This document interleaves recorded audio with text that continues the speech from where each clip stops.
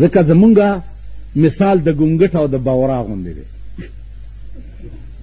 بورا بوتلی او ګونګټ ګلستان ته وی ګرځولو راوی ګرځولو، ورته ویل څه پوه شوې په خوند؟ ویلې نه.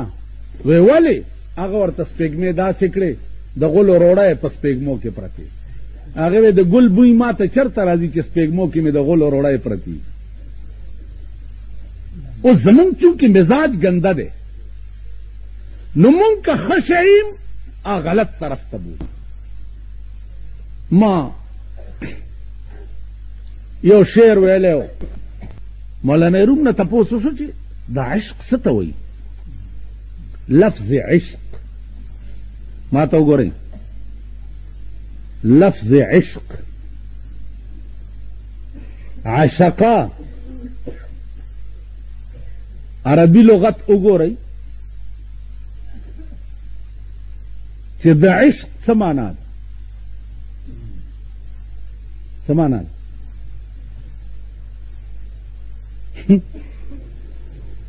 تاسو هغه د مومندان ورونه یې په قبر کې ته ملایکو تپوس وکړو من ربک، هغه جوکه غولی څه رب ته یو قپ مړی به نه چېرته.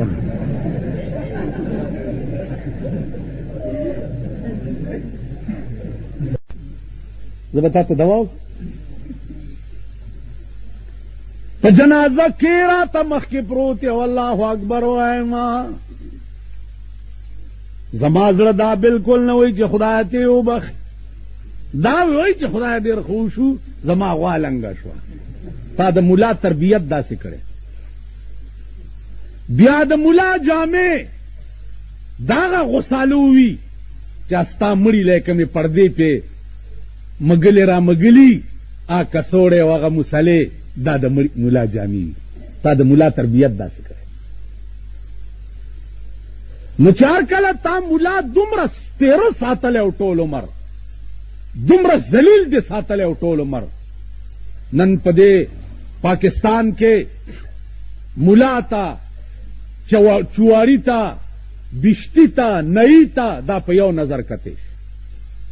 چواری او بشتی او نئی چې کم کار کوي هغه کار د ملا نم، خو چې مړ شي ټول در نرستو شي ملا دې بیا لمبۍ پاکۍ مردارۍ علالۍ خاورو ته دې ورسپاري. اوس زمونږ چونکې مزاج ګنده دی نو مونږ که ښه شی یم غلط طرف ته بوځو. عشقه عربي ډکشنري وګورئ، ویلی شي د ونې دې جرړو ته. نو عشق تم ځکه عشق وایي چې د عاشق د هر رګ نه د معشوقي مینه تو شي. تاسو خیال راغی؟ نو لوی عاشق څوک؟ جناب محمد رسول الله. ورپسې عشاق صحابه کرام، اول نمبر عاشق ابو بکر صدیق رضی اللہ تعالی عنہ. پیغمبرو فرمایل چې مال راوړی جهاد د پاره تیارې کیږي. حضرت عمر وویل چې نن به څنګه مان ابو بکر مخکې کیږي. مال راوړو، نیم مال کور پرېښو، نیم یې راوړو. ابو بکر لاړو کور کې جارو والا ورڅه راوړو خدمت کې پیش. پیغمبر تپوس کوي څومره مال دې راوړو؟ چاوې څلورمه حصه، چاوې پنځه، چاوې لسمه. عمر تا څومره راوړو؟ یا رسول الله نیم مې راوړو، نیم مې پرېښو. ابو بکر غلی غوندې ناستو. ابو بکر تا څومره راوړو؟ هغه ورته ویل پروانے کو چراغ ہے بلبل کو پھول بس، پروانے کو چراغ ہے بلبل کو پھول بس، صدیق کے لیے ہے خدا کا رسول بس.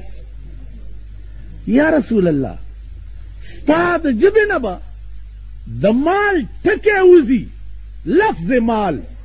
په خدای قسم چې مال نامه وه تر کټوی او سمسی پورې امې په کور کې نه دي پرېښي، امې ټول تاله را او کور کې مې جارو وواله. دا عاشق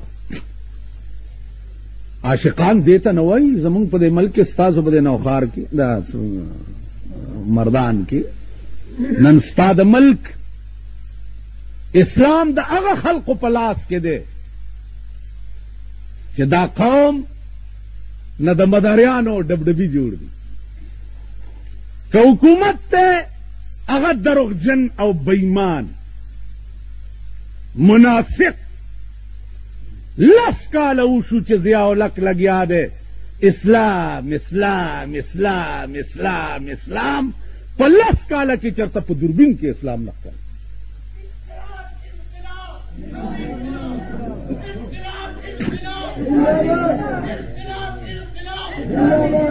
زما عزیزانو